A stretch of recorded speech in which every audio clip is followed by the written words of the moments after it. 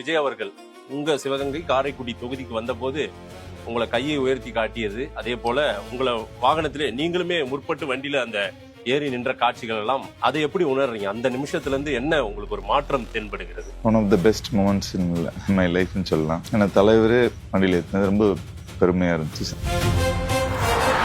நீங்க ஒரு ரீல்ஸ் போடுற அரசியல்வாதி, எதை பார்த்தாலும் விளம்பரம் பண்ணிக்கணும் அப்படின்ற எண்ணத்துல நீங்க இருக்கிறதா இன்றைய பாராளுமன்ற உறுப்பினர் திரு கார்த்திக் சிதம்பரம் போற இடங்கள் எல்லாம் பேசிட்டே இருக்காரு. பாத்தீங்களா அவர் பேசுறத?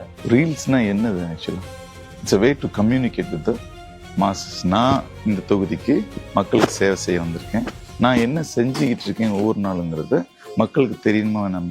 இன்னைக்கு அவருடைய ஒரு டம்மியா ஒருத்தர் வச்சிருக்காரு, எம்எல்ஏன்ற பேர்ல, மாங்குடி இருக்காருல. இப்ப போனை திறந்தாலே அவரோட ரீல்ஸ் தான் வந்துட்டு இருக்கு. அது யார் போட சொன்னது? அவரே போட சொன்னாரா?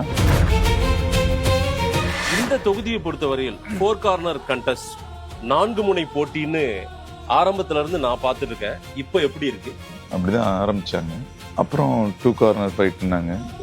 இப்ப தலைவர் காரைக்குடிக்கு வந்துட்டு போனதுக்கப்புறம் எனக்கு கிடைக்கிற ஃபீட்பேக் என்ன, தெர் இஸ் நோ ஃபைட். நீங்க நேரடியா பாத்தீங்க, ஒவ்வொரு கிராமத்துக்கு போகும்போது அடிப்படை வசதியான குடி தண்ணீருக்கே பிரச்சனை இருக்கு ஏகப்பட்ட கிராமத்துல, இந்த தொகுதியில மட்டும். ஸோ அதெல்லாம் மக்கள் சொல்ற கேட்கும் போதே அவ்வளவு கோவம் வருது. அப்ப இவ்வளவு நாள் என்ன பண்ணிட்டு இருந்தீங்க, யாரை ஏமாத்திட்டு இருந்தீங்க அப்படின்றதெல்லாம் கேள்வி கேட்கணும்.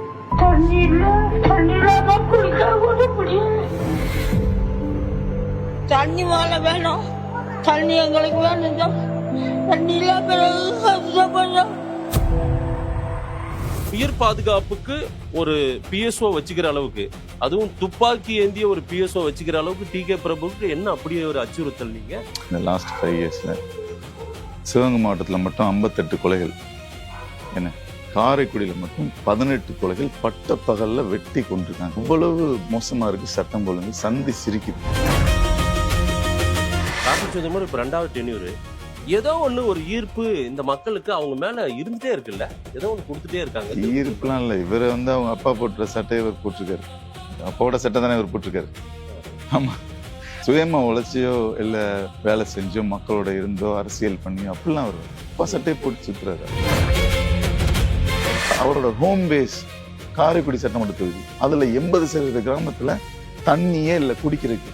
அப்ப என்ன மெம்பர் ஆஃப் பார்லிமெண்ட் பண்ணிட்டு இருக்காரு? இதை பார்லிமெண்ட்ல பேசினார், அதுல பேசக்கூட தேவையில்லை. அந்த தண்ணியை கொண்டாடுறதுக்கு என்ன வழியோ அதை பண்ணியிருந்துக்கலாம்ல. இன்னைக்கு போறேன், இப்போ 8 மணிக்கு ஒரு கிராமத்துல அவங்க சொல்றாங்க, நான் கேட்கிறேன் தண்ணிலாம் இருக்கேன், இருக்கு கொஞ்சம் உப்பு தண்ணி. அப்ப என்ன செய்றீங்க? அதை குடிச்சு பழகிட்டோம், அதை தான் குடிச்சுக்கிட்டோம். ஒரு இந்திய நாட்டு பிரஜை காரைக்குடியில இருக்கவங்க ஒருத்தவங்க இல்ல, ஒரு கிராமமே உப்பு தண்ணியை குடிச்சு வாழ்ந்துட்டு. நாம் தமிழர் கட்சி திரு சாட்டை துரைமுருகன், அவரும் உங்களை கடுமையான விமர்சனம், டென்டல் வேற சில வார்த்தையெல்லாம் கூட சொல்றாரு. அதையெல்லாம் சகோதரர் சாட்டை அவர்கள் ஃப்ரீ பிஆர் பண்ணிட்டு இருக்காரு, ப்ரொமோஷன் தான் நான் சொல்லுவேன். ஏன்னா விளம்பரமா? ஆமா, மே பத்தி பேசிக்கிட்டு இருந்தா அது விளம்பரம் தானே. ஸோ அதனால பண்ணிட்டு போகுது. இன்ஃபேக்ட் அவர் பேசுறது எனக்கு சிரிப்பா தான். என்னுடைய ப்ராமிஸ், லஞ்சம் வாங்க மாட்டேன், ஊழல் பண்ண மாட்டேன், எந்த கான்ட்ராக்ட்னாலும் சரி அதுக்கு கமிஷன் நான் வாங்க மாட்டேன்.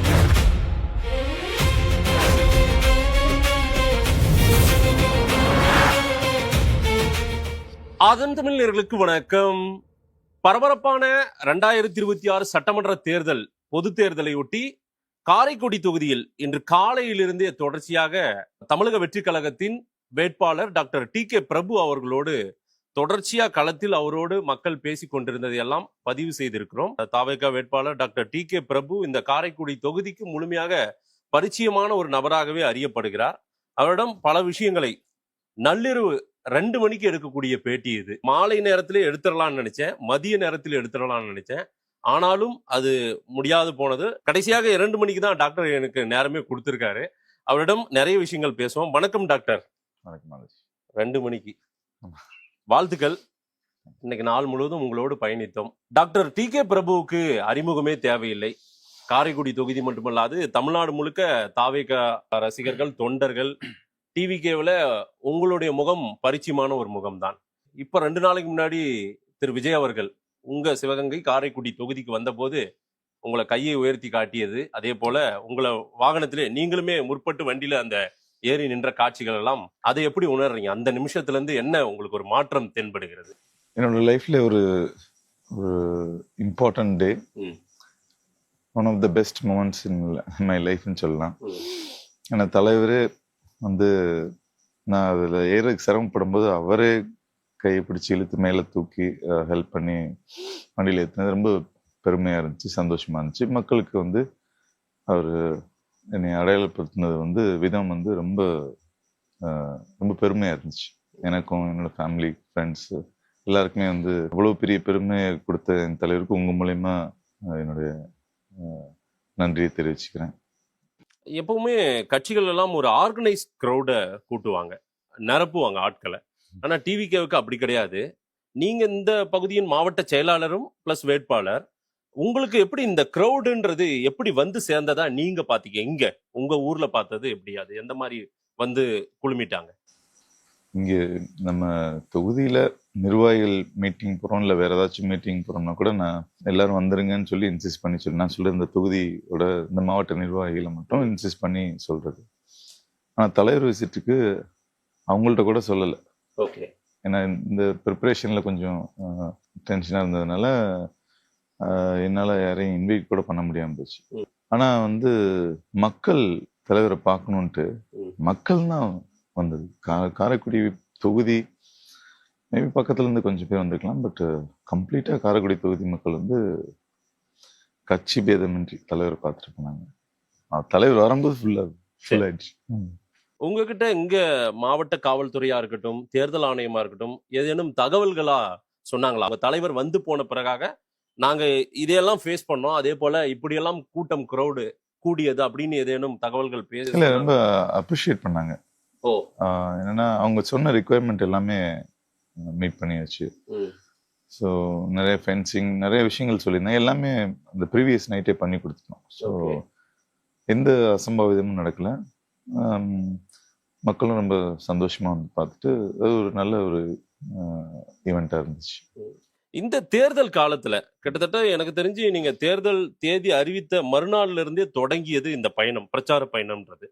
நான் இன்று காலையில இருந்தே பாக்குறேன், சின்ன சின்ன கிராமங்கள், சில ஊர்கள் எல்லாம் சில தலைவர்கள் வர்றதே இல்லை, இங்கெல்லாம் யாரும் வரமாட்டாங்கன்னு சொல்ற இடங்கள் எல்லாம் நீங்க போனதை நான் பார்த்தேன். ஒரு நாள் பொழுதுன்றது எவ்வளவு பாயிண்ட்ஸ் நீங்க பகல் பொழுதுல மதியம் 2 மணி வரைக்கும் கூட இருக்கீங்கன்னு நினைக்கிறேன். மறுபடியும் ஒரு 4 மணிக்கு தொடங்கிட்டீங்க. அது நைட்டு 10:30 வரைக்கும் 10 மணி டைம்ன்றது. அந்த 10:30ன்றது கொஞ்சம் கூடுதலா 10:30 11. அதுக்கு பிறகு நிர்வாகிகள் மீட்டிங் எல்லாம் முடிச்சுட்டு இப்போ 2 மணிக்கு உட்காந்து பேட்டி எடுக்கிறோம். இது ஒவ்வொரு நாளுமே இப்படியே தான் கண்டினியூ ஆகுதா? இந்த 15 நாட்களாகவே இப்படிதான் இருக்கு. அப்படிதான். எப்படி ஃபேஸ் பண்றீங்க இந்த இந்த நாட்களை? எப்படி உங்களுக்கு எப்படி இருக்கு இந்த அனுபவம்? ஈஸி இல்ல, சிரமமான விஷயம் தான். பட் நம்ம ஒரு இலக்கை நோக்கி போய்கிட்டு இருக்கோம். அதாவது இதுல மெயினா மோட்டிவேட்டிங் ஃபேக்டர் அப்படின்னு பாத்தீங்கன்னா, இவ்வளவு டயரிங்கா இருந்தாலும் பட் இருந்தாலும் மறுநாளும் இதே தொடர்ச்சியை செய்யறோம்னா மக்கள்கிட்ட இருந்து வர ரெஸ்பான்ஸ், எதிர்பார்ப்பு, நம்ம போகும்போது மக்கள் வந்து எங்க தலைவர் மேல வச்சிருக்க பாசம், எங்க போனாலும் அவர் பேரை தான் வச்சிருக்கிறாங்க. அதுதான் வந்து நமக்கு ஒரு மோட்டிவேட்டிங் ஃபேக்டரா இருக்கு. ஏன்னா நம்ம ஒரு ஒரு ஒரு பிரச்சாரத்துக்கு ஒரு வேட்பாளர் போறாங்க அப்படின்னா இங்க இருக்க மக்கள் பெருசா கண்டுக்கலைன்னா அது அவங்க டக்கு டக்குன்னு அப்படியே போயிடுவாங்க. இங்க ஒவ்வொரு பாயிண்ட்லயுமே நின்று அவங்கள்ட்ட அவங்க பேசணும்னு எதிர்பார்க்கறாங்க, அவங்களோட குறைகளை சொல்லணும்னு எதிர்பார்க்கறாங்க. நீங்க தான் வருவீங்க, உங்க தலைவர் தான் வருவாரு, அதனால இதை பண்ணிருங்கன்னு நம்பிக்கையா சொல்றாங்க. அவங்க ஆல்ரெடி முடிவே பண்ணிட்டாங்க. அதுதான் மோட்டிவேட்டிங் ஃபேக்டர். இந்த தொகுதியை பொறுத்தவரையில் 4 கார்னர் கண்டெஸ்ட், 4 முனை போட்டின்னு ஆரம்பத்துல இருந்து நான் பார்த்துட்டு இருக்கேன். இப்ப எப்படி இருக்கு? இப்ப எப்படி இருக்குன்னு நீங்க தான் சொல்லணும். ஏன்னா அப்படி சொல்லிட்டு இருந்தாங்க, அப்படிதான் ஆரம்பிச்சாங்க. அப்புறம் 2 கார்னர் ஃபைட்னாங்க. இப்ப தலைவர் காரைக்குடிக்கு வந்துட்டு போனதுக்கு அப்புறம் எனக்கு கிடைக்கிற ஃபீட்பேக் என்ன, there is no fight. ஆமா, அவர் வந்ததுக்கு அப்புறம் ஃபைட்டே இல்லை, போட்டியே இல்லை. போட்டியே இல்லைங்கிறத விட அவ்வளோ மக்கள் ஆர்ப்பரிச்சு, இந்த தொகுதி மக்கள் வந்து தலைவரை பார்த்துட்டு போனதுக்கு அப்புறம் மக்கள்கிட்ட பேசுறோம்ல, எப்படி ஃபீல் பண்றீங்க, எப்படி இருக்கு, அவர் தான் வருவார், அவர் தான் வரணும் அப்படிங்கிறது மட்டும்தான் பதிலா இருக்கே தவிர இது எதுவுமே. அதுக்கு மேல என்ன போட்டி இருக்கு? இதே தான் பதில் சொல்றாங்க யார் மூலமா கேட்டாலுமே மக்கள்கிட்ட. இந்த தடவை அவர் தான் வரணும், அதுவும் எங்க ஊருக்கே வேற வந்துட்டு போயிட்டாரு, கண்டிப்பா அவர் தான் அப்படின்னு. So I don't think there is any fight. மற்ற 3 வேட்பாளர்களையும் எப்படி பார்க்கறீங்க? அதுல ஒரு கட்சி தலைவர் வேற போட்டியிடுறாரு. தமிழ்நாடு தெரிந்த ஒரு தலைவர் திரு சீமான் அவர்கள், திரு மாங்குடி முன்னாள் எம்எல்ஏ, திரு தேர்போகி பாண்டி. இந்த 3 பேரையும் நீங்க எப்படி பார்க்கறீங்க? அண்ணனுக்கு என்னுடைய வாழ்த்துக்கள்ங்கிறத சொல்லிட்டேன். எந்த அண்ணன்? சீமான் அண்ணனுக்கு. ஓ. அண்ணனுக்கு என்னுடைய வாழ்த்துக்கள். அமமுக வேட்பாளர்களுக்கும் என்னுடைய வாழ்த்துக்கள். எக்ஸ் எம்எல்ஏ, இப்பவும் எம்எல்ஏ, காபந்து எம்எல்ஏ திரு மாங்குடி அவர்கள், அவரை எப்படி பார்க்கறீங்க? உங்களுக்கு நிகரான ஒரு போட்டியாளரா நீங்க கருதுறீங்களா? அவர் ஒரு மூத்தவர் வேற. போட்டிங்கிறத விட ஆ. பொதுமக்கள் ஒருத்தன் தானே நானும். ஆமா. நிறைய ஆதங்கம், நிறைய கோபம் தான் ஜாஸ்தியா இருக்கு. போட்டிங்கிறது வந்து அதெல்லாம் இருந்ததுனால தானே, இருக்கிறதுனால தானே அவருடைய வேலையை ஃபுல்ஃபில் பண்ணியிருந்தா, மக்கள் தேவைகளை நிறைவேற்றியிருந்தா நம்மளுடைய பிரசன்ஸே இங்கே தேவை இருந்திருக்காது.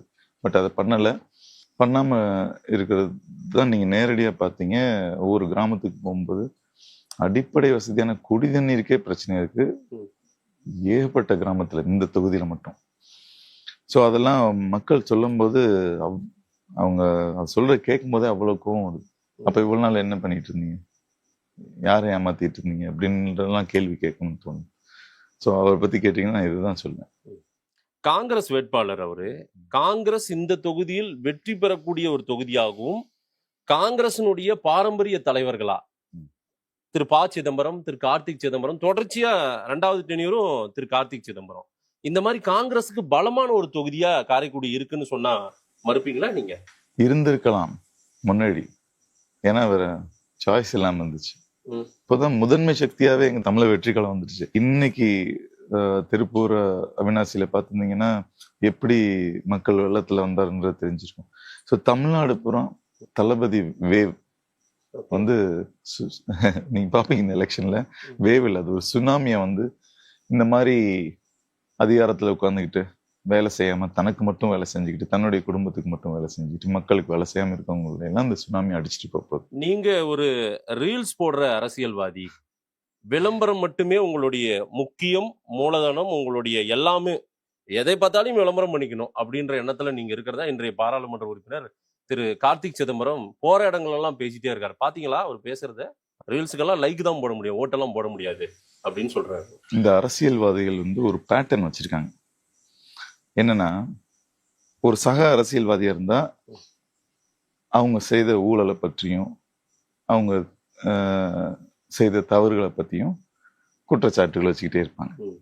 இப்ப எங்க தலைவர் மாதிரி, இப்ப எங்களை மாதிரி, அந்த மாதிரி எந்த ஒரு பேக்ரவுண்டும் இல்லாம சுயமா உழைச்சு மக்களுக்காக சேவை செஞ்சு இன்னைக்கு முழு நேரமா மக்களுக்கு சேவை பண்ணணும் அப்படின்னு நினைச்சு வந்திருக்கவங்கள என்ன செய்வாங்க அப்படின்னா சிறுமைப்படுத்துவாங்க. சிறுமை அவங்க இது அவங்களோட பேட்டர்ன்.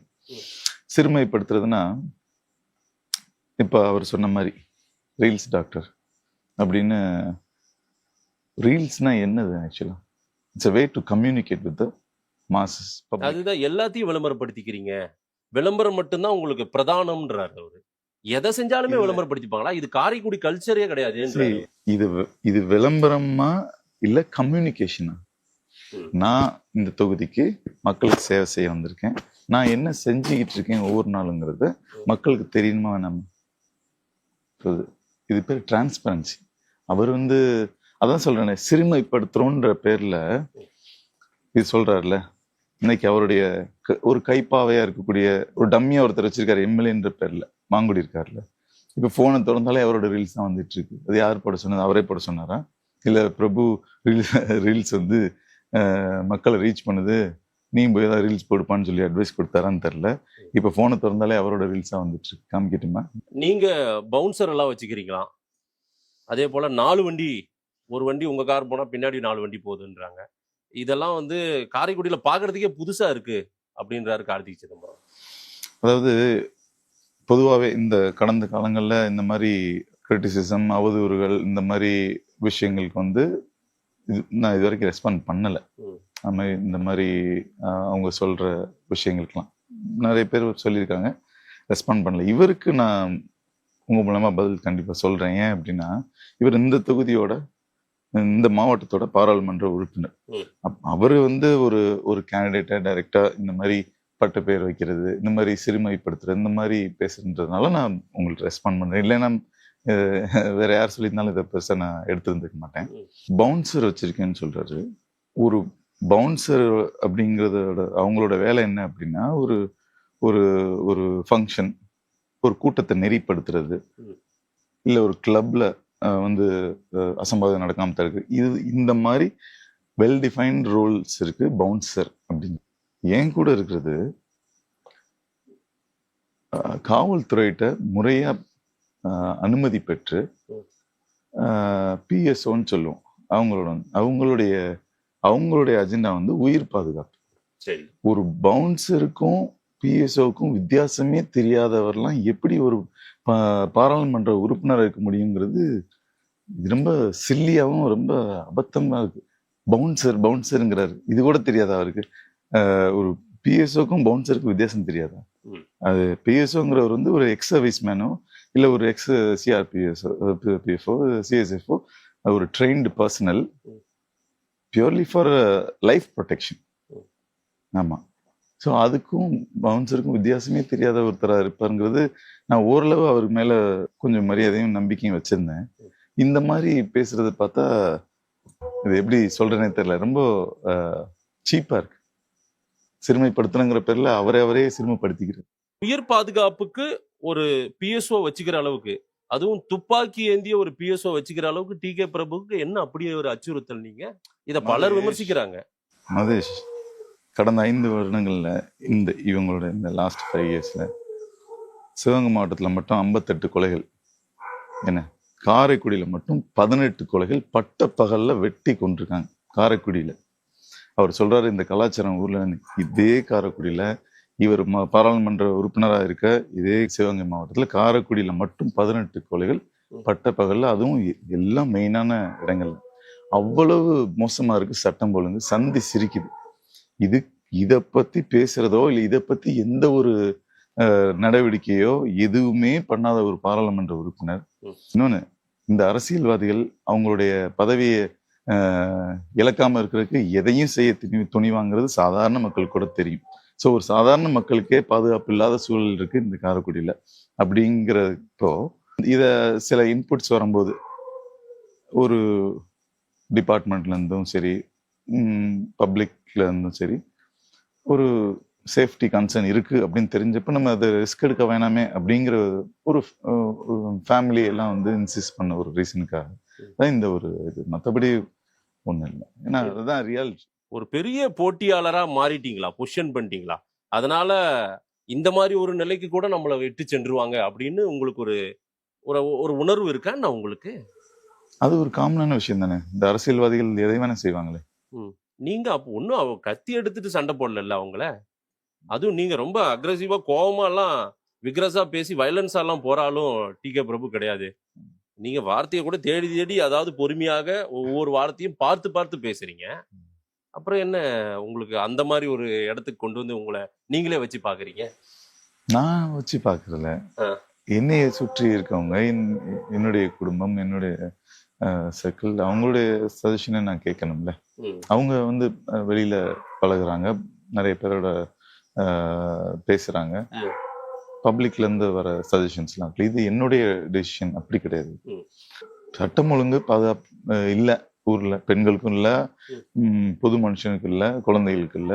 இத்தனை என்ன நடக்குதுன்னு இப்போ அப்படி இருக்கும்போது இந்த மாதிரி ஒரு சிச்சுவேஷன்ல இதை சஜஸ்ட் பண்ணி இன்சிஸ்ட் பண்ணி ஃபேமிலி சொன்னதுனால வேற மறுக்காம அதை இது பண்ணோம். பட் அதை பெருசுப்படுத்தி அதை சிறுமைப்படுத்தி இன்னொன்னு சொல்றேன், அந்த பிஎஸ்ஓங்கிறது நான் உழைச்சி நான் சம்பாரிச்ச காசுல நான் சம்பளம் கொடுத்து என்னுடைய ஒரு பாதுகாப்புக்காக ஒருத்தர் வச்சிருக்கேன். இவங்கள மாதிரி அரசு பணத்துல, அரசாங்க பணத்துல அந்த பிஎஸ்ஓக்களை வச்சு சுத்திக்கிட்டு இருக்க ஆள் கிடையாது.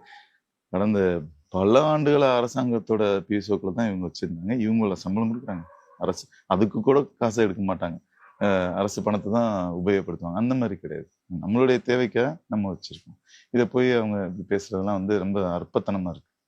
இல்ல, ஆஸ் எ பார்லிமெண்டேரியன், சட்டமன்ற உறுப்பினர், அவங்கெல்லாம் என்னென்ன அந்த பயன்பாடு, அவங்களுக்கான பாதுகாப்பு தேவை, அதையெல்லாம் இப்பவே தனக்குள்ளே தனக்கான ஆளை நியமிச்சு வச்சுக்கிறீங்கன்ற ஒரு பார்வையை உங்களை சொல்றாங்க. இல்ல அப்படி கிடையாது. இல்ல அப்படி அந்த இல்ல அவங்களுக்கெல்லாம் சம்பளம் நீங்க தான் கொடுக்குறீங்க. ஆனா அவங்க எல்லாம் எப்படி இருக்காங்க, அதே மாதிரி நம்மளும் ஒரு கட்டமைப்பு நமக்கு தேவை அப்படின்னு இப்பவே அந்த மாதிரி ஒரு எண்ணப்பாடு அதிகாரத்துக்கு வராமலே இதையெல்லாம் ட்ரையல் வெர்ஷன் பாக்குறாரு டிகே. இல்ல ட்ரையல் பாக்குறதுக்கு என்ன இருக்கு? இது யாராச்சும் ட்ரையல் பார்ப்பாங்களா? இதுல என்ன ட்ரையல் பாக்குறதுக்கு? சரி, உயிருக்கு ஒரு ஒரு சின்னதோ பெருசோ ஏதோ ஒரு வகையான அச்சுறுத்தல் இருக்கு. இன்னொரு எக்ஸாம்பிள் சொல்றேன். 10 நாளைக்கு முன்னாடி காரைக்குடியில ஒரு டிபேட் ஷோ ஓப்பன் ஸ்பேஸ்ல ஒரு தனியார் தொலைக்காட்சி நடத்துது. ஒரு 3 கட்சியை சேர்ந்தவங்க, ஒரு கட்சியை சேர்ந்தவர் பேசி முடிக்கிறதுக்குள்ளார இதே கார்த்தி சிதம்பரத்தை கட்சியை சேர்ந்தவர் தான் முன்னாடி இருந்து சேரை தூக்கி வீசினாரு. நெறியாளர் ராஜேஷோட தலைய உடைச்சாங்க. இந்த காரைக்குடியில அவர் சொல்றாரு கலாச்சாரத்தை பத்தி எப்படி ஆக்கி வச்சிருக்காங்க அந்த காரைக்குடி, ரவுடிகள் பூமி ஆக்கி வச்சிருக்காங்க. ஒரு டிபேட் நடத்த முடியல இப்போ பப்ளிக்ல. என்ன டெமோக்ரஸி? ஒரு 5 நிமிஷத்துல முடிச்சிட்டாங்க டிபேட், எல்லாத்தையும் உடைச்சு. இப்ப இந்த மாதிரி ஒரு அரசியல்வாதிகளுக்கு மத்தியில இது தேவையா தேவையில்லையான்னு நீங்களே சொல்லுங்க. சிதம்பரம், கார்த்திக் சிதம்பரம் இப்ப 2வது டென்யூர். ஏதோ ஒண்ணு ஒரு ஈர்ப்பு இந்த மக்களுக்கு அவங்க மேல இருந்துட்டே இருக்குல்ல, ஏதோ ஒண்ணு கொடுத்துட்டே இருக்காங்க. ஈர்ப்புலாம் இல்ல, இவரை அவங்க அப்பா போட்டுற சட்டையை இவர் போட்டிருக்காரு. அப்பாவோட சட்டை தானே இவர் போட்டிருக்காரு. ஆமா, சுயமா உழைச்சியோ இல்ல வேலை செஞ்சோ மக்களோட இருந்தோ அரசியல் பண்ணியோ அப்படிலாம் அவர் வரல. அப்பா சட்டையை போட்டு சுத்துறாரு.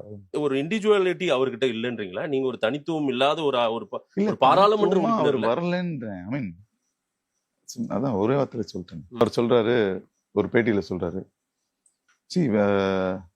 மெம்பர் ஆஃப் பார்லிமெண்ட்ங்கிறது ஒரு போஸ்ட்மேன் ஜாப், அவ்வளவுதான். there is no executive powers அப்படிங்கிறாரு. ஒரு சாதாரண மனுஷனா இருந்து, ஒரு சமூக ஆர்வலரா இருந்து, இந்த தெருவுல தண்ணி வரலைன்னா அந்த சாதாரண சமூக ஆர்வலர்னால கொண்டு வர முடியும். ஒரு மழை பெஞ்சு தண்ணி தேங்கி நிக்குதுன்னா அந்த ஒரு தனி நபர்னால அந்த தண்ணியை எடுக்க முடியும். ஆனா ஒரு மெம்பர் ஆஃப் பார்லிமெண்ட்டுக்கு எந்த எக்ஸிக்யூட்டிவ் பவர்ஸும் கிடையாதான். இவர் போஸ்ட்மேனா மட்டும்தான் இருக்காராம். அப்புறம் எதுக்கு நீங்க இந்த போஸ்ட்மேன் பதவியை வச்சிருக்கீங்க? விட்டுற வேண்டியதானே, வேற யாராச்சும் போஸ்ட்மேனா இருந்துக்க வேண்டியதானே. ஒரு அரசு பதவியும் இல்லாம மக்களுக்கு சேவை செய்யறது நிறைய பேர் இருக்காங்க காரைக்குடியில. அவ்வளவு கான்ட்ரிபியூட் பண்றாங்க, அவ்வளவு சேவைகள் பண்ணிட்டு. நீங்க மெம்பர் ஆஃப் பார்லிமெண்ட் உட்காந்துட்டு இது ஒரு போஸ்ட்மேன் பதவி, எனக்கு எக்ஸிக்யூட்டிவ் பவர் கிடையாது அப்படின்னு சொல்றதுலாம் ரொம்ப, அதாவது நான் வேலை செய்ய மாட்டேன், தொகுதிக்கு வர மாட்டேன், மக்களை பார்க்க மாட்டேன், தொகுதியில என்ன பிரச்சனைலாம் நான் கண்டுக்க மாட்டேன், எலெக்ஷன் முடிஞ்சவனே போயிடுவேன், திருப்பி 5 வருஷம் கழிச்சு ஓட்டு கேட்க வருவேன். இந்த தடவை தாவைக்கா இல்லைன்னா இந்த தடவை எலெக்ஷன் கூட வந்திருக்க மாட்டார். தாவைக்கா இருக்கிறதுனாலதான் அவரு இப்ப கேம்பெயினுக்கே வந்திருக்காரு. இல்லைன்னா அவருக்கு ஓட்டு கேட்கறக்கே அவர் வரமாட்டார். ஏன்னா அவங்கெல்லாம் எலக்டோரல் அரித்மெட்டிக்ஸை வச்சு அவங்களுடைய அரசியலை பண்றவங்க. இந்த 10-15 கட்சி இருக்கியா, நீ 2%, 1%, 3%, மொத்தமா சேர்த்தா 37% வருதா, ஓகே அது போதும். எதுக்கு போய் உழைச்சிக்கிட்டு மக்களை பார்த்துக்கிட்டு குடி தண்ணீரை கொடுத்துக்கிட்டு எதுக்கு இதெல்லாம்? ஓட்டு எனக்கு இத்தனை கட்சியில இருந்து வரப்போகுது அப்படின்ற ஒரு திமிர்னு கூட சொல்லலாம். அந்த திமிருக்கெல்லாம் 23ஆம் தேதி பதில் இருக்கு. இந்த காலையில இருந்து பயணத்துல இருக்கிறதுனால கொஞ்சம் சோர்வா இருப்பீங்கன்னு பார்த்தா, அதே போல டிகே பிரபு அவர்கள் பேசுறத நான் இப்படி பார்த்ததே இல்லை. ஒரு அக்ரெசிவ் மோடு கார்த்திக் சிதம்பரம் மேல அவர் உங்களை அட்டாக் பண்றாரு. அவர் என்னை அட்டாக் பண்ணதுனால இல்ல, இன்னைக்கு தொடர்ச்சியா தொகுதியில மக்களா அவங்களோட குமுறலும் அழுகையும், அதாவது அவ்வளவு ஆத்திரமா வருது. இத்தனை வருஷமா ஒரு பார்லிமெண்டரியன் 80% கிராமத்து ஒரு தொகுதியில் நான் சொல்றேன், அவர் 6 தொகுதிக்கு மெம்பர் ஆஃப் பார்லிமெண்ட், 6 சட்டமன்ற தொகுதி. அதுல உள்ள அவரோட ஹோம் பேஸ் காரைக்குடி சட்டமன்ற தொகுதி. அதுல 80% கிராமத்துல தண்ணியே இல்ல குடிக்கிறதுக்கு. அப்ப என்ன மெம்பர் ஆஃப் பார்லிமெண்ட் பண்ணிட்டு இருக்காரு? இதை பார்லிமெண்ட்ல பேசினாரு. அதுல பேசக்கூட தேவையில்லை. அந்த தண்ணியை கொண்டாடுறதுக்கு என்ன வழியோ அதை பண்ணியிருந்துக்கலாம்ல. இன்னைக்கு போறேன், இப்போ 8 மணிக்கு ஒரு கிராமத்துல அவங்க சொல்றாங்க, நான் கேட்கிறேன் தண்ணி எல்லாம் இருக்கா? இருக்கு, கொஞ்சம் உப்பு தண்ணி.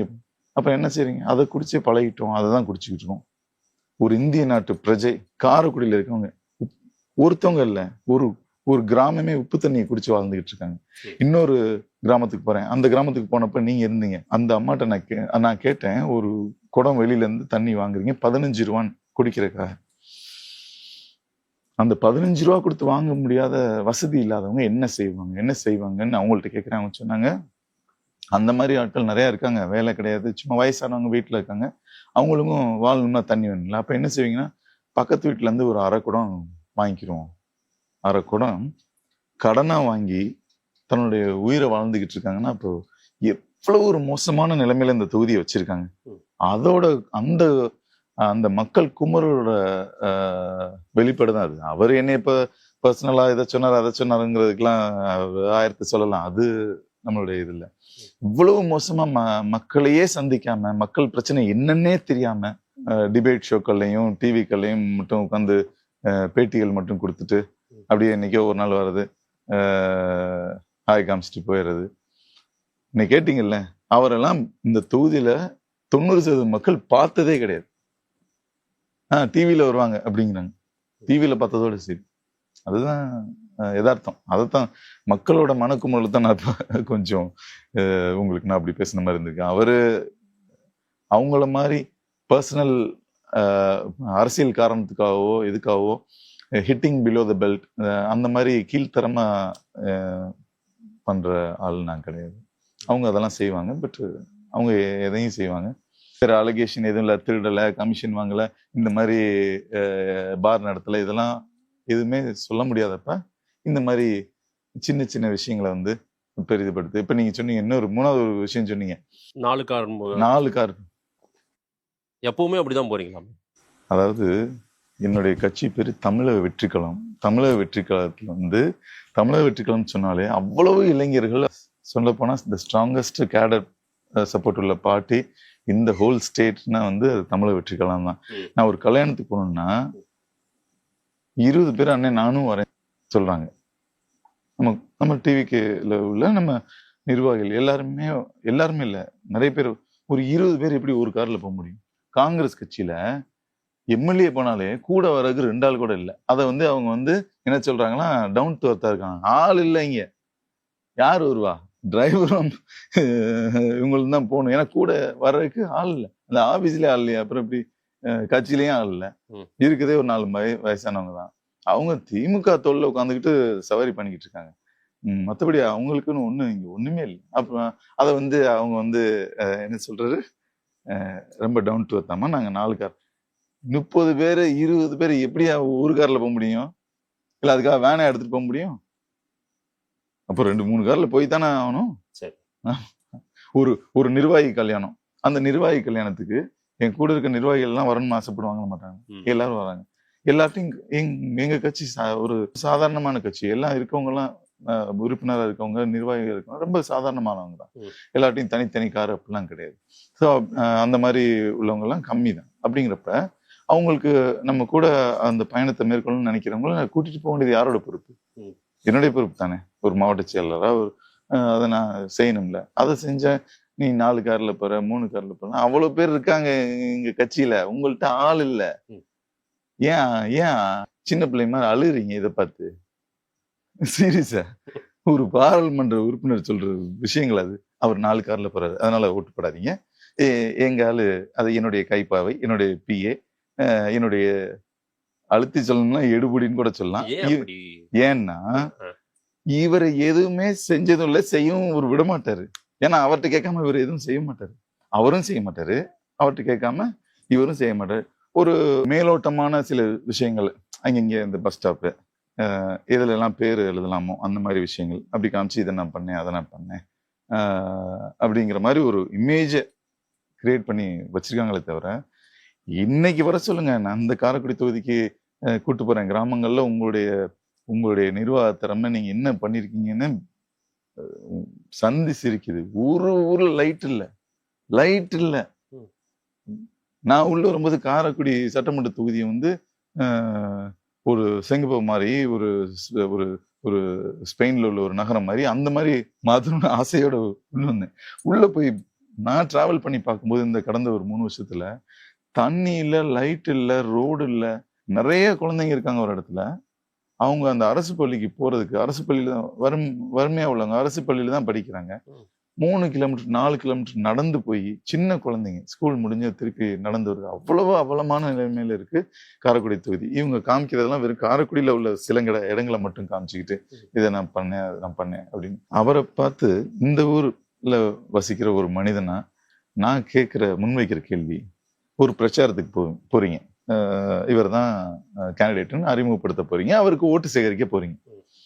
அப்போ ஒரு நல்ல அரசியல்வாதியா இருந்தா, நல்ல விஷயங்களை செய்த அரசியல்வாதியா இருந்தா, மக்களுக்காக உழைத்தவரா இருந்தா என்ன செய்யணும்?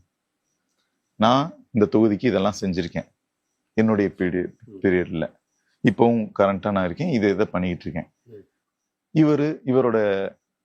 இவருடைய இந்த 5 ஆண்டு காலத்துல இது நல்ல திட்டங்களை செஞ்சிருக்காது, உங்களுக்கு இந்த நல்ல திட்டங்கள்லாம் வந்து சேர்ந்திருக்கு, அதனால இவருக்கு ஓட்டு போடுங்க. இதுதானே ஒரு நியாயமான ஒரு ஒரு பிரச்சாரமா இருக்கணும். சரி, அதை விட்டுட்டு இவர் ரீல்ஸ் போடுறாரு அதனால அவருக்கு ஓட்டு போடாதீங்க, இவர் வெளியூருக்காரரு அதனால அவருக்கு விபூதி அடிங்க, இவர் வந்தா இம்பேலன்ஸ் ஆயிரும் காரைக்குடி தொகுதி அதனால இவருக்கு போடாதீங்க, ஓட்டை மட்டும் மாங்குடிக்கு போடுங்க. இது ஒரு பிரச்சாரமா? இது ஒரு பிரச்சார யுக்தியா? இல்ல அவரு யார் வரணும் யார் வரக்கூடாதுன்றத சொல்ற 2 பாயிண்ட்ஸ்ன்னு சொல்லி சொல்றாரு. இத மட்டும் இல்ல, நீங்க எதுக்கு வரணும்? அவங்க எதுக்கு வரணும்? ஒரு சட்டமன்ற உறுப்பினரா புதுசா வரணும்னு நினைக்கிறவங்க நல்லது செய்யணும்னு நினைச்சு, இல்ல அந்த மாதிரி நல்லதெல்லாம் செஞ்சு அந்த பதவிக்கு வராங்க அப்படின்னா ஓகே. இல்ல ஆல்ரெடி இந்த பதவியில இருந்தவங்க மக்களுக்கு தேவையான நல்லதுகள்லாம் செஞ்சுதான் அவங்க பிரச்சாரத்துக்கே வர தேவையில்லையே. இந்த ஊர்ல நல்லது செஞ்சிருந்தா, மக்கள் உங்க பக்கம் இருந்தா, நீங்க எதுக்கு பிரச்சாரத்துக்கு வர வேணாம்? வீட்டுல இருந்து ஜெயிச்சிடலாமே. எதுவுமே செய்யல, அப்ப இப்படித்தானே வந்து கதறணும், பதறணும், உளரணும். அவர் ஈஸியா பாத்திர முடியும் மாங்குடின்றாரு திரு கார்த்திக். நீங்க கேட்டீங்கல்ல மக்கள்கிட்ட, நீங்க தானே நேரே கேட்டீங்க. அவர் நாங்க போன எலெக்ஷன்ல ஓட்டு கேட்டப்ப பார்த்தோம், இடையில பார்த்தவங்க எல்லாம் 1-2 காது ஊத்துல பார்த்தது, கல்யாணத்துல பார்த்ததான். தண்ணி இருக்கான்னு வந்து கேட்க வரல, லைட் எரியுத அந்த எத்தனை 800 குக்கிராமங்கள் இருக்கு, எத்தனாயிரம் பேர் எல்லாரும் கிராமத்தை காலி பண்ண ஆரம்பிச்சிட்டாங்க. காரைக்குடி, தேவோட்டை, இல்லைன்னா வெளியூர்கள் போய் வேற வழியெல்லாம் விவசாயத்தை விட்டுட்டு வந்து அவங்களுக்கு தேவையான அடிப்படை வசதிகளை கூட பண்ணி கொடுக்க முடியாததுனால இவங்கதான் பாராளுமன்றமும் வச்சிருக்காங்க, இவங்கதான் சட்டமன்றமும் வச்சிருக்காங்க, நீங்க சொல்ற மாதிரி காலங்காலமா வச்சிருக்காங்க, எல்லாம் வச்சிருந்தீங்க. எங்க மக்களுக்கு என்ன செஞ்சீங்க? தண்ணி கொடுக்க முடியலையே இப்போ வரைக்கும். இன்னொரு பக்கம் நாம் தமிழர் கட்சி திரு சாட்டை துரைமுருகன், அவரும் உங்களை கடுமையான விமர்சனம். இங்க வந்துட்டாவே உங்களது நீங்க தான் பெரிய ஒரு மெட்டீரியலா இருக்கீங்க, டென்டல் வேற சில வார்த்தையெல்லாம் கூட சொல்றாரு. அதையெல்லாம் சகோதரர் சாட்டை அவர்கள் வந்து ஒரு ஃப்ரீ பிஆர் பண்ணிட்டு இருக்காரு, ப்ரொமோஷன் தான் நான் சொல்லுவேன். ஏன்னா இலவச விளம்பரமா? ஆமா, என்னைய பத்தி பேசிக்கிட்டு இருந்தா அது விளம்பரம் தானே. ஸோ அதனால பண்ணிட்டு போட்டு விட்டேன். நம்ம அதை பத்தி ஒன்று சொல்றதுக்கு இவருக்கு ஏன் பதில் சொன்னா, இவர் இந்த பாராளுமன்ற உறுப்பினர் அதனால பதில் சொன்னேன். அவருக்கு நான் பதில் சொல்லணும்னா இதில்ல, அது அவர் விருப்பம், அவர் பேசிட்டு போறாரு. அவர் தான் அண்ணன் போட்டியிடுறாருல, அதனால பேசுறாரு போல. அதுக்கு என்ன காரணம்ங்கிறதுலாம் நீங்க அவர்கிட்ட கேட்டா தானே தெரியும். என்ன காரணமா வேணா இருக்கலாம், பட் பேசுறாரு. அது வந்து அது இல்ல, அதுவும் போய் சேருது இல்ல. அவர் சொல்றாரு நீங்க எம்எல்ஏவா ஆயிட்டீங்க, எம்எல்ஏவா மாறிட்டாருப்பா அவரு, அவர் ஒரு வேற உலகத்துல இருக்காரு டி.கே. பிரபு அப்படின்னு. அதுக்கு வந்து பதில் வந்து 4ஆம் தேதி வரப்போகுது இல்லை, அதுக்கப்புறம் நம்ம இந்த விவாதத்தை வச்சுக்கணும். 4ஆம் தேதிக்கு அப்புறம் அது பேசிக்கலாம். ஆனா அவருக்கு வந்து அது வந்து எந்த வகையிலையும் என்னை வந்து பாதிக்கிற மாதிரி அந்த மாதிரி இன்ஃபேக்ட் அவர் பேசுறது எனக்கு சிரிப்பா தான், சீரியஸா ரொம்ப ஃபன்னா தான் எடுத்துக்கிறேன். அவரோட கிரிட்டிசிசம்லாம் சில நேரத்தில் நானே ரசிப்பேன். ஆமா, சரி பேசிட்டு போங்க அப்படின்னு சொல்லிட்டு நம்ம போயிடுறது. சீரியஸ் அட்டாக் எல்லாம் கிடையாது அது. எனக்கு சீரியஸா தோணல, ஏன்னா அதுல எசன்ஸ் இல்லையே, கண்டென்ட் இருந்தா தானே. சரி, ஒரு அலிகேஷனா இருந்தா கூட அது ஒரு எசன்ஸ் தான். சும்மா ஒரு ஒண்ணுமே இல்லாத ஒரு விஷயம், அதாவது என்னுடைய துறையை வந்து கேவலப்படுத்துறது, அதெல்லாம் வந்து அவருக்கு அழகு இல்லை, அவ்வளவுதான் நான் சொல்ல முடியும். பட் பண்றாரு, நிறுத்த முடியாதுல்ல. நீங்க டென்டல் பல் மருத்துவர், ஆனா பொது மருத்துவர் போல நீங்க எம்பிபிஎஸ் டாக்டரும் போல இந்த அவருடைய விமர்சனங்களுக்கு என்னுடைய பதில் தான் நான் ஆல்ரெடி சொல்லிட்டேன். நம்ம அதுக்குள்ள டீட்டெயிலா போவேன். அவரு 1000 விஷயங்கள் சொல்லியிருக்கலாம். அதுக்கான நான் ஜாலியா எடுத்துக்கிறேன்ட்டேன். அப்புறம் அதுக்கு மேல என்ன, இவர் வச்ச விமர்சனத்துக்கு தான் நான் பதில் சொல்றேன். ஏன்னா சீரியஸ் பிசினஸ் இப்போ வந்து அவர் மெம்பர் ஆஃப் பார்லிமெண்டா இருக்காரு. இப்போ ஆனா என் தொகுதியில அவ்வளவு பிரச்சனைகள் இருக்கு, அது எட்டி கூட பார்க்கல. ஏற்கனவே ஒருத்தரை பண்ணி அவரும் எதுவும் பண்ணல, திருப்பி அவரை மீண்டும் போடுங்கன்னா எப்படி போட முடியும்? மீண்டும்னா ஆல்ரெடி ஒன்றும் பண்ணவே இல்லை, திருப்பி வந்து மீண்டும்னா மீண்டும் மீண்டும் உங்களுக்கு ஓட்டு மட்டும் போட்டுட்டு நாங்க கஷ்டப்பட்டு உழைச்சி எங்க குடும்பத்தை பார்த்துட்டு அப்படித்தான் இருக்குதா? சமூக பொது சேவை பண்ணணும், திட்டங்களை கொண்டாடணும், இது அடிப்படை தேவைகள் வசதிகளை செய்து கொடுக்கணும். இந்த காரைக்குடி தேவகோட்டை நகரங்களை முன்னேற்ற பாதையில கொண்டு வர்ற மாதிரி ஒரு விஷயம் பண்ணலையே. என்ன டெவலப்மெண்டல் ஆஸ்பெக்ட்ல என்ன பண்ணியிருக்காங்க? இந்த காரைக்குடிக்கு பெருமை வந்து ஐயா வள்ளல் அழகப்ப செட்டியார் கொடுத்தது கல்வியை. அவர் கொடுத்ததுனால இன்னைக்கு வரைக்கும் எங்களுக்கு அது பெருமை சேர்த்துக்கிட்டு இருக்கு. இவங்களாம் என்ன செஞ்சாங்க? ஓட்டு மட்டும் வாங்கிட்டு அவங்களோட வேலையை பார்த்துட்டு இருக்காங்க. அதுதான். அதனால இவங்களோட விமர்சனங்கள் வந்து நான் சொல்லணும் நிறைய ஜாலியா தான். அதிகப்படியா டி.கே. பிரபு விமர்சனம் தான் பிரச்சாரமாவே இருக்குது. அது தெரியுமா உங்களுக்கு? அதெல்லாம் செய்திகளா வருதா? உங்க பார்வைக்கு வருதா? உங்களை மட்டுமே குறிவைத்து விமர்சனம் அதிகமா இருக்குது இந்த தொகுதியில. அத நீங்க வந்து பயத்தோட உச்சகட்டம் தான் அது, வெளிப்பாடுதான் அது. என்ன பேசுறோம்னே தெரியாம வளர்றது, எதுக்கு பேசுறோம்னே தெரியாம வளர்றது. ஏதோ ஒண்ணு சொல்லணும் இவனை அப்படின்ட்டு அவன் அந்த வண்டியில போனான், இந்த வண்டியில போனான், இந்த சட்டை போட்டான், அந்த பேண்ட் போட்டான், ஒருத்தன் எதுவுமே சொல்ல மாட்டேங்கிறீங்க. வாக்கி டாக்கி எல்லாம் பயன்படுத்துறீங்கல்ல நீங்க, மாநாடுகள், உங்க பொதுக்கூட்டங்கள், அதெல்லாம் கூட ஒரு யாரு சொல்றது? எல்லாருமே விமர்சனம் உங்க மேல வைக்கக்கூடிய, எதுக்கு வாக்கி டாக்கி எல்லாம் வச்சுக்கிறாரு அப்படி என்ன ஒரு? அதாவது till today one of the best communication device in the world வந்து வாக்கி டாக்கி தான். ஏன்னா it does not require அந்த ரேடியோ ஃப்ரீக்வன்சி மேட்ச் ஆச்சுனாலே போதும். மற்ற இதுல மாதிரி சிக்னல் அதெல்லாம் அந்த பிரச்சனை. Instant communication. எதனால போலீஸ் வந்து வாக்கி டாக்கி ரிலே பண்றாங்கன்னா ரிலேபிள் கம்யூனிகேஷன். இப்ப என்னுடைய மருத்துவமனைக்கு நீங்க வந்து பாத்தீங்கன்னா எல்லா கேபின்லயும் வாக்கி டாக்கி இருக்கும். எதுக்குன்னா ஒருத்தவங்களுக்கு போன் ஒரு இன்ஸ்ட்ரக்ஷன் கொடுக்கறதுக்கு நீங்க ஈவன் இன்டர்காம் வச்சிருந்தா கூட அது ரிங் ஆகி அது யாரு வேணா எடுப்பாங்க. தகவல் பரிமாற்றம் இன்ஸ்டன்டா இருக்காது. வாக்கி டாக்கிங்கிறது ஒரு பர்டிகுலர் பர்சன் இருந்துச்சுன்னா அந்த பர்சனை ரீச் பண்றதுக்கு ஒரு பட்டன்ல ரீச் பண்ணிடலாம். நீங்க தகவலை சொல்லிடலாம், அவங்களோட ஆன்சருக்காக வெயிட் பண்ண தெரியல. நீங்க விஷயத்த நீங்க இங்க வாங்க அப்படின்னா சொல்லிடலாம். இதை வந்து எஃபெக்டிவா யூட்டிலைஸ் பண்ணிட்டு இருக்கோம் பல இடங்கள்ல. மாநாடா இருக்கட்டும், பிரச்சாரமா இருக்கட்டும், எங்கெல்லாம் இதை பயன்படுதோ அதை யூஸ் பண்றோம். இதை வந்து அவங்க வந்து இது ஏதோ அதான் சொல்றேன்ல, இந்த அடிப்படை புரிதல், அடிப்படை அறிவு இதெல்லாம் இல்லாதவங்க தான் இந்த மாதிரி சின்ன சின்ன ஒரு பேசிக்கான விஷயங்கள் எடுத்து கிரிட்டிசைஸ் பண்றோன்ற பேர்ல அவங்களே அசிங்கப்படுத்திக்கிறாங்க. மற்ற கட்சி கூட்டங்கள் நடத்தும் போதெல்லாம் கண்ட்ரோல் பண்ண முடியுது அவங்கள, ஆனா உங்க கூட்டத்தை கண்ட்ரோல் பண்ணவே முடியறது இல்ல அப்படின்ற ஒரு பார்வை இருக்குது. டிவிக்கு கூட்டம்னா ஒரு கண்ட்ரோல், ஒரு யார் கட்டுப்படுத்துறதுக்கே யாருன்னே இல்ல. மற்ற கட்சியில எல்லாம் கூட்டம் வந்து நீங்க வந்து கூட்டிட்டு வரணும் காசு கொடுத்து. ஒரு ஆளுக்கு 300 ரூபா ஒரு டாடா ஏசில 20 பேர் 10 பேர்னு ஏத்தி கூட்டு வந்து இறக்கிட்டு அவங்க எதுக்கு போய் அந்த தலைவரை போய் அடிச்சு பிடிச்சு பார்க்க போறாங்க? இதுல அவன் ஒவ்வொரு தொண்டனும் தன்னோட சொந்த காசுல, சாதாரண ஒரு ஆளா இருந்தா கூட அந்த உழைச்ச காசை எடுத்துக்கிட்டு வண்டிக்கு பெட்ரோல் போட்டு அவரை பார்க்கணுன்ற ஆசையில வராங்க. எவ்வளவு பெரிய வித்தியாசம்! அதையும் நீங்க கம்பேரே பண்ண முடியாது. தன்னெழுச்சி அவரை மக்கள் வெள்ளத்தை வந்து நீங்க ஹேண்டில் பண்றது அவ்வளவு ஈஸி கிடையாது. நீங்க ஒரு காசு வாங்கிட்டு வந்து மீட்டிங்ல உட்கார, இங்க உட்காரனா இங்க உட்காருவாங்க, இல்ல அங்க உட்காரனா அங்க, அது சொல்றது தானே இது பே. ஸோ பேமெண்ட்டுக்கு வர்றது உங்களுக்கும் ஒரு தன்னெழுச்சியா ஒரு தலைவனை பார்க்க வரவங்களுக்கும் வித்தியாசம் இருக்குல்ல. ரசிகர்கள் வாக்காளர்களா மாறுவாங்களா? ரசிகர்களா தான் இருக்காங்களே விஜய் பின்னாடி நிக்கிறவங்களாம் அப்படின்னு சொல்றாங்களே உங்க கட்சி. போன பேட்டியில இதுக்கு பதில் சொன்னேன், அதே பதில இப்பயும் சொல்லிடுறேன். இதற்கான பதில் சொல்றதுக்கு தேதி குறிச்சாச்சு, மே 4. இதற்கான பதில் அன்னைக்கு சத்தமா கேட்கும், சத்தமா. ஆமா, எல்லாருக்கும்.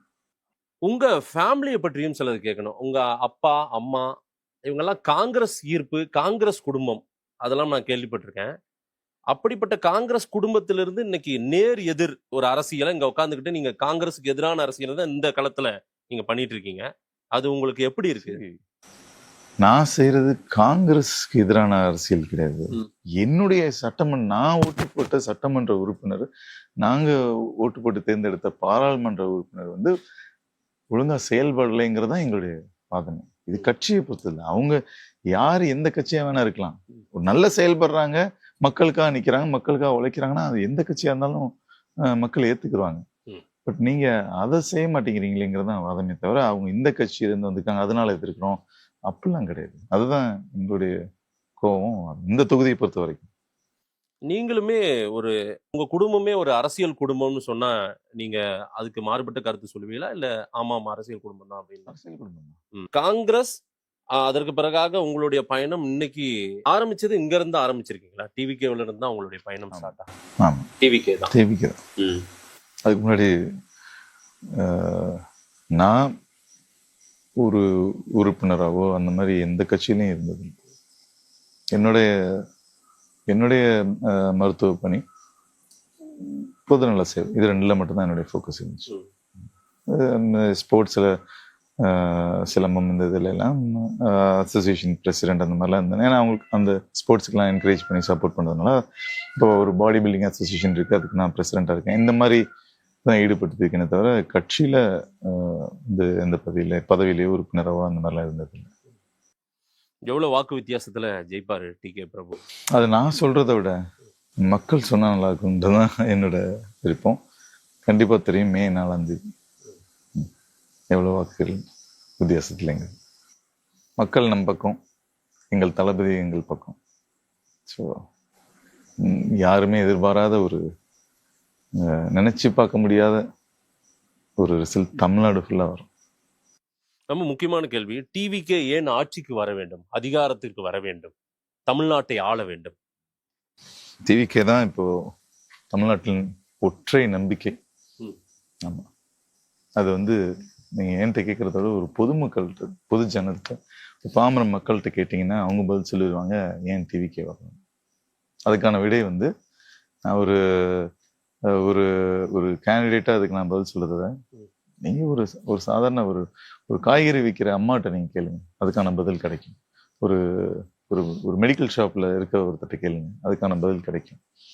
எந்த தரப்பட்ட மக்கள்கிட்ட, ஒரு டீச்சர்கிட்ட கேளுங்க, ஒரு காவல்துறை அதிகாரிகிட்ட கேளுங்க, ஒரு நர்ஸ்கிட்ட கேளுங்க, யார்கிட்ட நீ கேட்டாலும் அதுக்கான பதில், அருமையான பதில் அவங்களோட பெர்ஸ்பெக்டிவ்ல இருந்து வரும். எதுக்கு வரணும்? ஸோ அவங்கள்ட்ட கேட்கறதான் கேட்டாதான் உங்களுக்கு சரியான விடை கிடைக்கும். ஏன் காரைக்குடி எம்எல்ஏவாக டிகே பிரபு வர வேண்டும்? எதற்காக? நம்ம இந்த தொகுதி மக்களுடைய அடிப்படை தேவைகளையே பூர்த்தி செய்ய வேண்டிய டாஸ்கே ரொம்ப மிகப்பெரியதா இருக்கு. அதையே கண்டுக்கிற மாட்டேங்கிறாங்க. அது போக நம்ம ஊரை காரைக்குடியை டெவலப் பண்ணி பெட்டர் சிட்டிஸா மக்கள் வாழ்றதுக்கு, சந்தோஷமா வாழ்றதுக்கு, இங்கே வேலை செஞ்சு, இங்கே படிச்சு, இங்கே வேலை செஞ்சு, இங்கே சம்பாரிச்சு, இங்கே செட்டில் ஆகிறதுக்கு அதுக்கான பணிகள் வந்து நிறைய பண்ண வேண்டியிருக்கு. அதுக்கான எந்த ஒரு முயற்சியும் இப்போ பதவியில் இருக்கவங்க செய்யலை. அடிப்படை தேவைகளை பூர்த்தி பண்றதுக்கும் செய்யலை. இது ரெண்டையும் செய்யணும்னா முழு நேரமா மக்கள் பணி, மக்கள் சேவைன்னு சிந்திக்கிற, செயல்படுற ஒருத்தவங்க வந்தாதான் இதை சரி பண்ண முடியுங்கிறது எங்களுடைய எண்ணம். அவங்களுக்கெல்லாம் இப்ப பதவியில் இருக்கவங்களுக்குலாம் அரசியல் வந்து தொழில். எங்க தலைவர் என்ன மாதிரி ஆட்கள்லாம் எங்களுடைய தொழில், நாங்கள் ரசித்த, நேசித்த, உழைத்த தொழிலெல்லாம் விட்டுட்டு மக்களுக்காக வந்திருக்கோம். அதுதான் வித்தியாசம். மக்கள் அங்கீகரிப்பாங்களா உங்களை? நீங்க கேம்பெயின் வந்தீங்கன்னா தெரியும். அங்கீகரிக்குங்கிறத விட நம்மளோட மக்கள் தான் ரொம்ப நம்பிக்கையா இருக்காங்க இந்த தேர்தலுடைய அவுட்கம்ல. கண்டிப்பா டிவிகே தான் ஆட்சி அமைக்கும், கண்டிப்பா உங்க தலைவர் ஜெயிப்பாரு, கண்டிப்பா நீங்க ஜெயிப்பீங்க அப்படிங்கிறது ஆழமான அழுத்தமான நம்பிக்கையா இருக்கு. சும்மா வார்த்தை இல்லை. அவங்க எனக்கு ப்ராமிஸ் பண்றாங்க, அது வேட்பாளர் தான் போய் கேட்கணும். நீ ஜெயிக்க வச்சிருக்கேன்னு போய் கேட்பாங்க. இப்ப இவங்க என்ன சொல்றாங்க, நீங்க ஏன் வந்தீங்க, ஜெயிச்சுட்டு வாங்கன்னு எல்லாம் கை கொடு, ஜெயிச்சதுக்கு அப்புறம் வாங்கன்றாங்க. அப்போ குறைகளை சொல்றோம். உங்களை ஜெயிக்க வைக்க வேண்டியது எங்க பொறுப்பு அப்படின்னு இப்படி ஒரு ஃபீட்பேக்கு நான் கேள்விப்பட்டதில்ல. அப்படிதான் போயிட்டு இருக்கு நம்ம கேம்பெயினிங்லாம். காரைக்குடி வாக்காளர்கள் இந்த பேட்டியை பார்ப்பாங்க, என்ன சொல்ல விரும்புறீங்க அவங்களுக்கு? ஒரு உங்க மூலமா, மாதேஷ் மூலமா, உங்களுடைய இந்த சேனல் மூலமா என்னுடைய ப்ராமிஸ் நான் சொல்லிடுறேன். இந்த நான் போட்டியிடுற இந்த சட்டமன்ற தேர்தலில் வெற்றி பெற்ற பிறகு, ஒரு சட்டமன்ற உறுப்பினராக வந்த பிறகு, ஒரு சில விஷயங்கள் நான் செய்ய மாட்டேங்கிறத இப்போ உங்க மூலமா சத்தியமா பண்ணித்தரேன். எல்லாரும் செய்வேன்றது சொல்லுவாங்க, நீங்க செய்ய மாட்டேன்றது சொல்றீங்க. செய்ய மாட்டேங்கிறது எதை செய்ய, இதுதான் ரொம்ப முக்கியம். செய்யறது ரெண்டாவது தான் வரும். முதல்ல எதை செய்ய மாட்டேங்கிறது ரொம்ப ரொம்ப முக்கியம். ஏன்னா அந்த பணி அந்த மாதிரி பணியா இருந்தது ஒரு காலத்துல, இப்ப அப்படி இல்லை. லஞ்சம் வாங்க மாட்டேன், ஊழல் பண்ண மாட்டேன், கான்ட்ராக்ட், அதாவது தொகுதி பணிகள் இது பண்றதுக்கு ஒவ்வொரு வருஷமும் நிதி வரும், மேம்பாட்டு நிதி, தொகுதி மேம்பாட்டு நிதி. ஒரு பஸ் ஸ்டாப் கட்டுறது, ஒரு ரோடு போடுறது, ஒரு 10,000 ரூபாய்க்கு ரோடு, ஒரு 10 லட்சம் ரூபாய் ரோடு, இல்லை ஒரு 10 கோடி ரூபாய் ரோடு அப்படின்னா எனக்கு 25% கொடு, 35% கொடுன்னு முன்னாடியே அந்த பதவியில் இருக்கவங்க வாங்கிடுவாங்க. மீதி இருக்க 65%ல மற்றவங்க எல்லாம் எடுத்து கடைசியா அந்த கான்ட்ராக்டரும் சம்பாரிச்சு அவனும் பணக்காரனாகும். அப்ப ரோடு எப்படி இருக்கும்? ஸோ மேலேருந்தே பிரச்சனை இருக்குல்ல. அதனால நான் என்ன சொல்றேன்னா, அந்த எந்த கான்ட்ராக்ட்னாலும் சரி அதுக்கு கமிஷன் நான் வாங்க மாட்டேன். அந்த பட்ஜெட்ல உலகத்தரம் வாய்ந்ததா யாரு எந்த கான்ட்ராக்ட் பண்ணி தருவாங்களோ அவங்கள்ட்ட அதை முழுமையா கொடுப்போம். 1 ரூபா நான் வாங்க மாட்டேன், இது சத்தியம். இன்னொரு முக்கியமான விஷயம், நிறைய மோசமான தொழில்களை அதிகாரத்தை பயன்படுத்தி பண்ணிக்கிட்டு இருக்காங்க.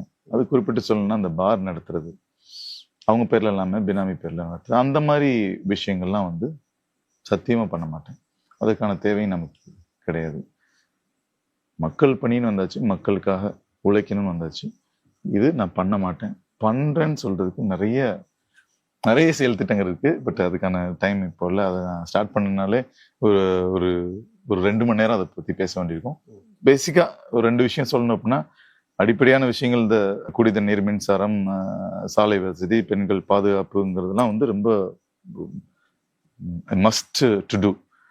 அது போக நம்ம நகரங்களை டெவலப் பண்றதுக்கு ஒரு மினி ஸ்பெஷல் எக்கனாமிக் ஜோன் ஒன்று காரைக்குடி தேவோட்டை ஒட்டி உள்ள பகுதியில் கிராமப்புறங்க ஃபோக்கஸ் பண்ணி அங்கே சிறு குறு தொழில்களை ஊக்குவிக்கிறது, அங்கே சின்ன சின்ன மேனுஃபேக்சரிங் யூனிட்ஸை கொண்டு வரது, நம்ம மண்ணை சார்ந்த தொழில்களை, அரியக்குடி விளக்கு, ஆத்தங்குடி டைல்ஸு, நம்ம கொட்டான்னு சொல்லுவோம், பெட்டி செய்யறது, கந்தாங்கி சேலை செய்யறது, முறுக்கு, அதிரசம், சீடை, இது எல்லாமே ஒரு இடத்துல யாரெல்லாம் இந்த புதுசா தொழில் முனைவராக இருந்தாலும் சரி, ஆல்ரெடி எஸ்டாப்ளிஷ்டு பிளேயர்ஸாக இருந்தாலும் சரி, அவங்களெல்லாம் ஒருங்கிணைத்து ஒரு ஸ்பெஷல் எக்கனாமிக் ஜோன் கிரியேட் பண்ணி இங்கேருந்து மேட் இன் காரைக்குடி அப்படிங்கிற பிராண்ட்ல இதெல்லாமே உலகம் பூரா எக்ஸ்போர்ட் பண்ணணும்.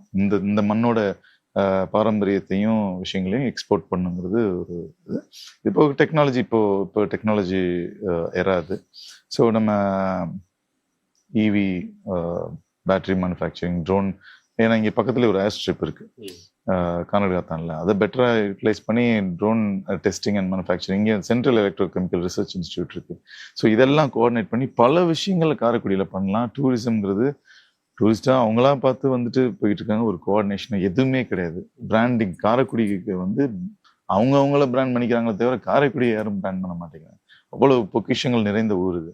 இதை பிராண்ட் பண்ணணும். இங்க இருக்க நகரத்தார்களுடைய கலாச்சாரத்தையும் அந்த ஆர்கிடெக்சரையும் பிராண்ட் பண்ணணும். வெளிநாட்டுல இருந்து வெள்ளைக்காரங்க வராங்க, பார்த்துட்டு போறாங்க, ஆனால் அது ரேண்டமா போயிருக்காங்க.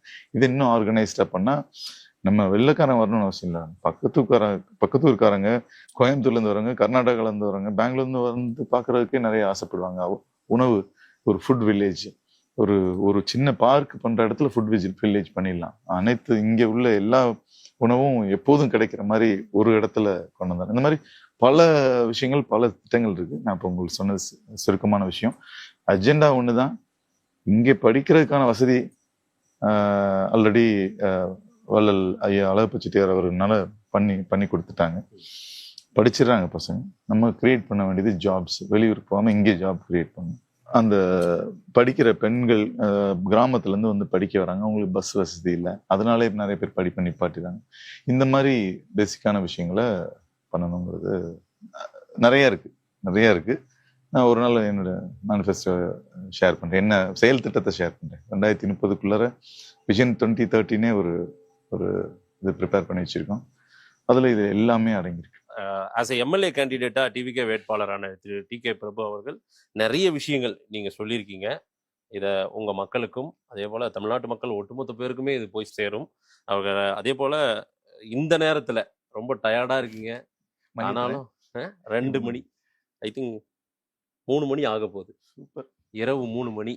இந்த நேரத்தில் கொடுத்த இந்த பேட்டியை உங்களுடைய மக்கள் நீங்க உளமாற உண்மையா சொல்றீங்களா அப்படின்றத கேட்பாங்க. அது ஒரு வித்தியாசமான பேட்டியா இருந்தது எனக்கு. திடீர்னு கொஞ்சம் கோபமெல்லாம் பட்ட மாதிரி இருந்தது. ஆனா கொஞ்சம் கோபம் இல்லை, மக்களுடைய ஆதங்கம், வலி, அதை நான் வந்து எதை பேசணுமோ அதை பேசாமல் என்னைய உட்காந்து பேசிட்டு இருக்காங்களேன்ற ஒரு கோபத்தை நீங்க பதிவு பண்ணீங்க. அதுதானா அப்படின்றதையும் அவங்களே சொல்லுவாங்க. நேரம் கொடுத்து பேசியமைக்கு நன்றி. வெற்றி பெற வாழ்த்துக்கள் டாக்டர். தேங்க்யூ.